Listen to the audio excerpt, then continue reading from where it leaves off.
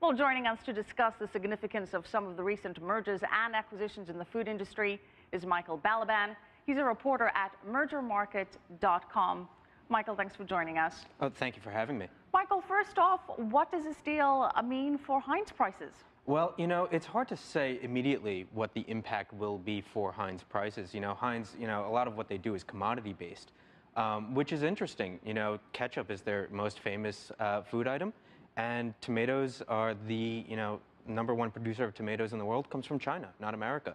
So it's hard to say what can truly happen now, but we'll see. So because commodities affect the prices more so than the merger and acquisition activity, you don't necessarily see this as a problem for consumers? No, I don't think it's a problem for consumers just yet. Everything from the weather to futures, a lot of different things can affect commodity prices that affect consumers down the line. Well, let's focus on the deal more specifically. Sure. And in an article that you wrote, you said that this was a little bit of an interesting move for Warren Buffett because he doesn't really like to delve into the private equity space. Explain that. Absolutely. Warren Buffett in the past has expressed disdain for private equity. He's called it Orwellian, and he said that it's destructive for private equity firms to put debt onto companies. Well, what does that mean for a viewer that doesn't understand the distinction between the private equity and the public company deal? Well, sure. What Warren Buffett usually does is when he goes and buys a company, he writes a check. He does it with cash. And usually what private equity firms do is they take on loans to buy companies. And this is really the first time that I can remember of Warren Buffett ever partnering with a private equity firm to take on loans and buy a company this way. So is there any significance to this? Well, I think, it is definitely significant in a definite change of strategy for this Oracle of Omaha, this person who everyone thinks, knows the market the best. So, what he does, a lot of people are watching. So we'll definitely be watching that space. Now, what's interesting about this deal is who will actually be running the show? Is it going to be 3G right, or exactly. Buffett? Well, Warren Buffett has said 3G Capital is going to be the operational partner. They'll be the ones in charge.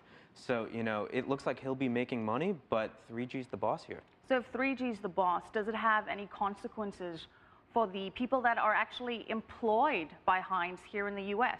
3G Capital has, they're known for adding value by cutting costs. Now, whether those, cost-cutting strategies can take the form of layoffs or, cuts that way, we don't know yet, but they are known for cutting costs, and most private equity firms are. The deal also signals the rising power of Brazilians in the food space. Yes, absolutely.